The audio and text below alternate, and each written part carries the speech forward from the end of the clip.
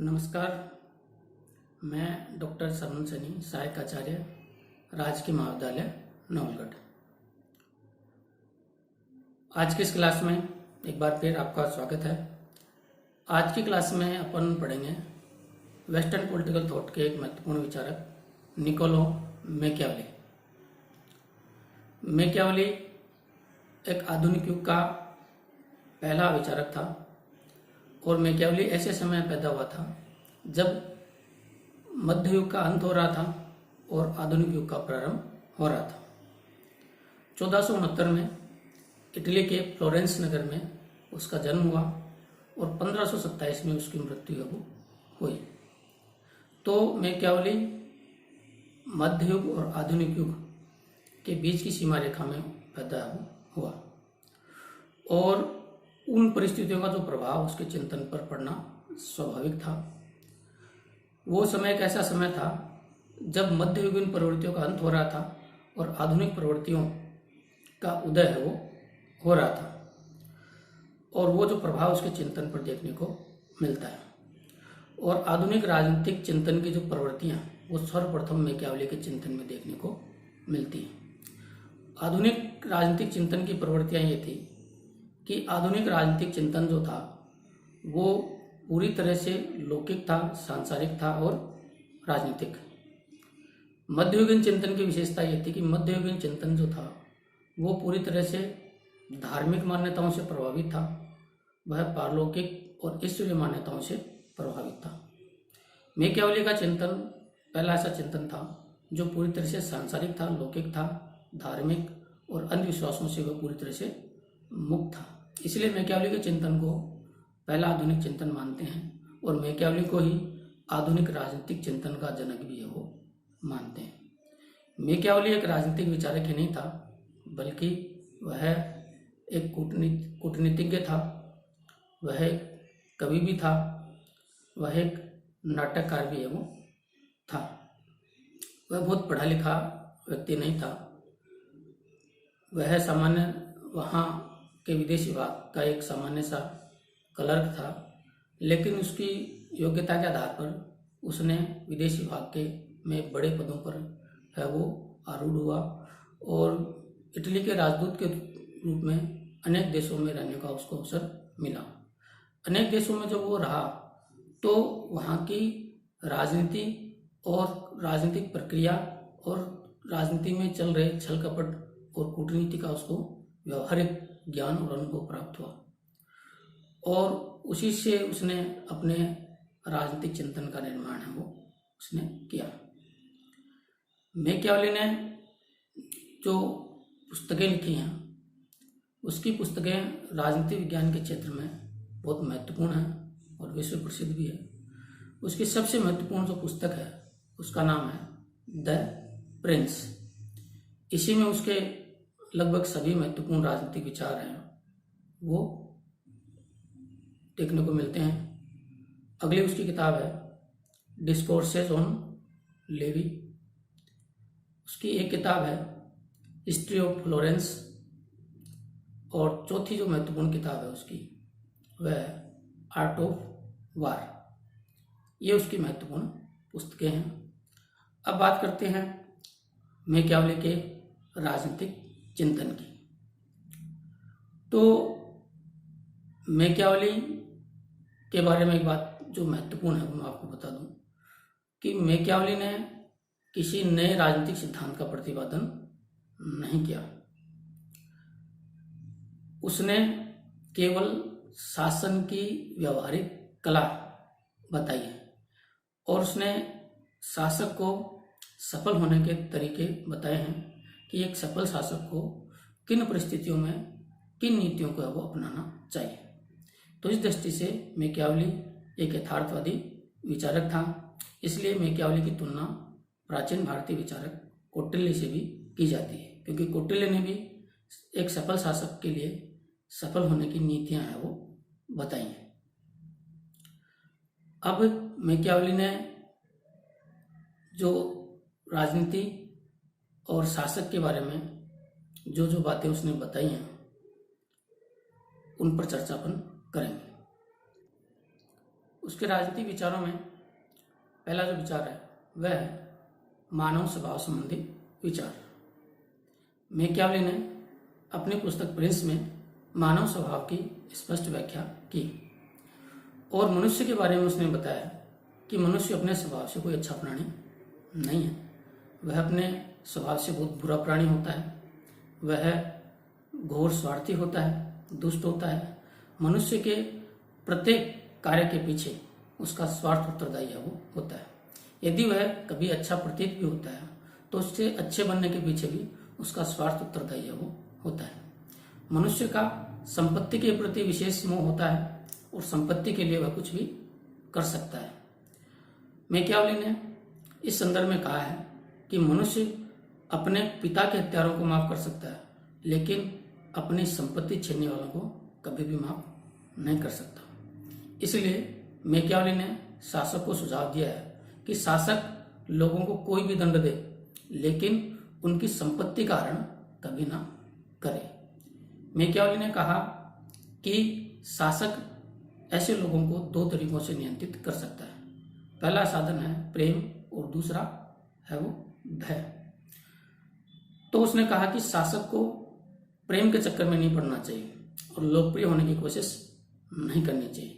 शासक को जो दूसरा तरीका है भय का वो अपनाना चाहिए और शासक को अपने जनता में अपने भय और आतंक का निर्माण करना चाहिए, क्योंकि आतंक ही वो साधन है जिसके माध्यम से लोग स्वतः ही शासक से प्रेम वो करने लग जाएंगे।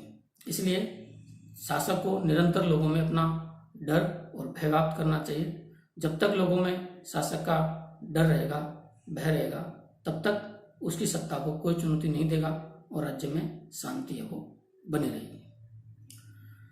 मैकियावेली का राजनीतिक चिंतन में जो दूसरा महत्वपूर्ण विचार था वो था राजनीति का धर्म और नैतिकता से पृथक्करण। ये मैकियावेली का एक बहुत ही महत्वपूर्ण विचार है। मैकियावेली का कहना था कि राजनीति में धर्म और नैतिकता का कोई महत्व नहीं होता है, इसलिए राजनीति को धर्म और नैतिकता से पूरी तरह से पृथक है वो होना चाहिए। शासक को सामान्य तौर पर धर्म के प्रति आस्था रखनी चाहिए और जनता के सामने शासक को अपने आप को एक धार्मिक व्यक्ति के रूप में पेश करना चाहिए।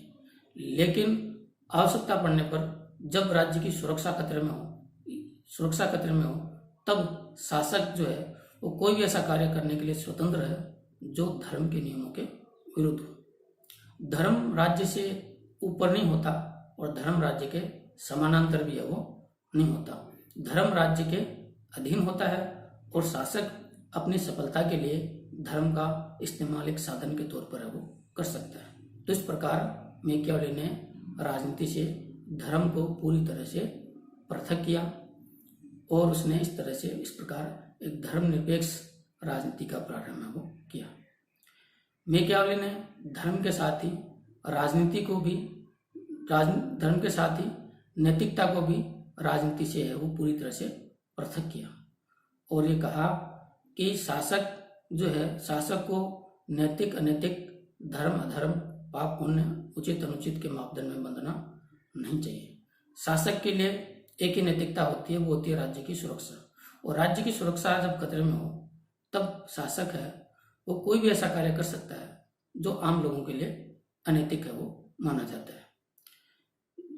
नैतिकता के जो नियम आम व्यक्ति पर लागू होते हैं वो शासक पर लागू नहीं होते, क्योंकि एक आम व्यक्ति और शासक में बहुत अंतर है वो होता है। इसलिए आम व्यक्ति जिस नैतिकता का पालन करे, शासक उस नैतिकता का पालन करे, ये कोई आवश्यक नहीं है। इसलिए शासक नैतिकता के उन सभी मापदंडों से मुक्त है जो एक आम व्यक्ति पर लागू है वो होते हैं। आवश्यकता पड़ने पर शासक वो सभी प्रकार के कार्य कर सकता है जो धर्म विरुद्ध हो या जो अनैतिक हो। तो इस प्रकार मैकियावेली ने राजनीति को धर्म और नैतिकता के मापदंडों से पूरी तरह से पृथक किया।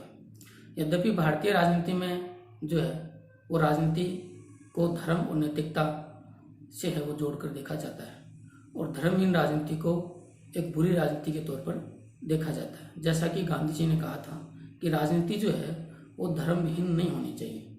गांधी जी ने कहा था कि धर्महीन राजनीति जो है वो मृत्यु पाश के समान होती है, जो व्यक्ति की आत्मा को है वो मारती है।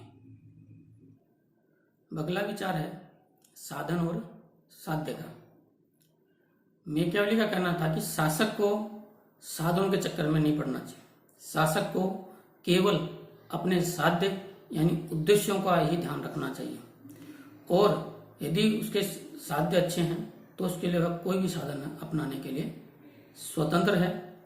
यदि अच्छे साध्य के लिए, अच्छे उद्देश्य के लिए वो गलत साधन अपनाता है तब भी वो जायज है और उचित है, क्योंकि उसको मिलने वाली सफलता उसके द्वारा अपनाए गए साधनों को भी नैतिक और सम्माननीय है वो बना देती है।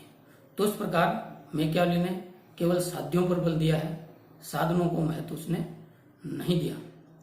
जबकि गांधी जी ने साधन और साध्य दोनों की पवित्रता पर बल दिया है। गांधी जी का कहना था कि पवित्र साध्यों की प्राप्ति पवित्र साधनों के द्वारा ही है वो हो सकती है, इसलिए साध्यों के साथ साधन भी पवित्र है वो होने चाहिए। अब अगला जो विचार है मैकियावेली का, राज्य संबंधी विचार, राज्य के विषय में।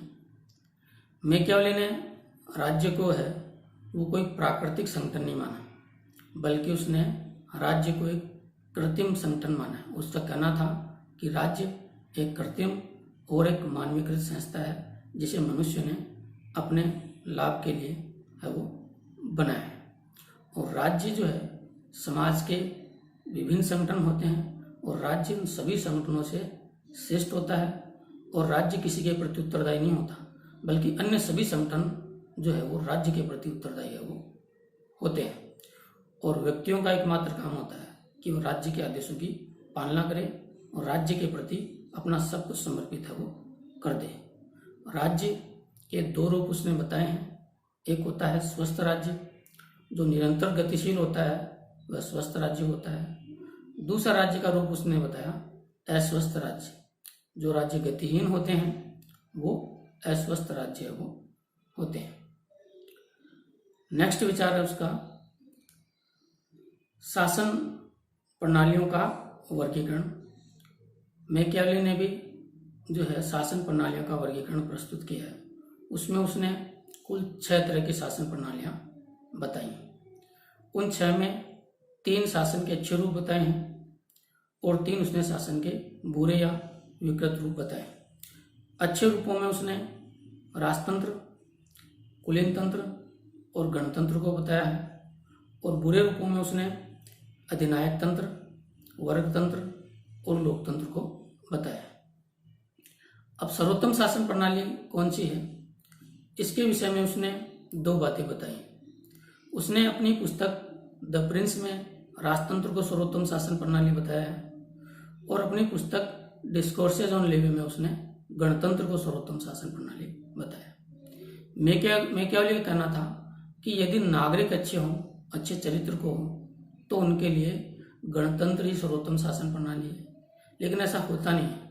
लोग अच्छे चरित्र के नहीं होते हैं, बुरे चरित्र के होते हैं, और बुरे चरित्र के लोगों के लिए राजतंत्र ही सर्वोत्तम शासन प्रणाली है वो होता है। इस विषय में शेवाइन ने कहा है कि जहाँ तक संभव हो गणतंत्र होना चाहिए, और जहाँ आवश्यक हो वहाँ राजतंत्र होना चाहिए। अब आगे है शासक के आचरण संबंधी विचार। एक शासक को किन परिस्थितियों में किस तरह की नीति अपनानी चाहिए, किस तरह का आचरण उसको करना चाहिए। तो इस विषय में मैकियावेली ने कहा है कि शासक को जनता को नियंत्रित करने की सभी प्रवृत्तियों का ज्ञान होना चाहिए। लोगों में मानवता की प्रवृत्ति भी होती है और दानवता की प्रवृत्ति भी होती है, और शासक को इन दोनों प्रवृत्तियों के लोगों को नियंत्रित करने का ज्ञान है वो होना चाहिए। शासक को जनता के रूप में अपने आप को सच्चे, धर्मात्मा और दयालु के रूप में प्रकट करना चाहिए, एक नैतिक प्राणी के रूप में प्रकट करना चाहिए, लेकिन आवश्यकता पड़ने पर उसे साम दाम दंड भेद छल कपट सभी तरह की नीति है वो अपनानी चाहिए। शासक के लिए ये सब चीज़ें महत्वपूर्ण नहीं होती। शासक के को कभी भी उचित अनुचित पाप पुण्य के मापदंड में नहीं बदलना चाहिए। शासक का सर्वोच्च उद्देश्य अपनी सत्ता और राज्य की सुरक्षा होती है। उसके लिए वह सब कुछ करने के लिए स्वतंत्र है वो होता है।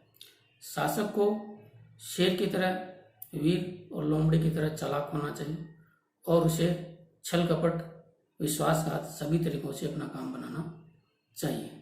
शासक को ऊंचे दर्जे का बहरूपिया होना चाहिए, ढोंगी होना चाहिए और अपना काम बनाने के लिए जनता के सामने ढंग से करना चाहिए।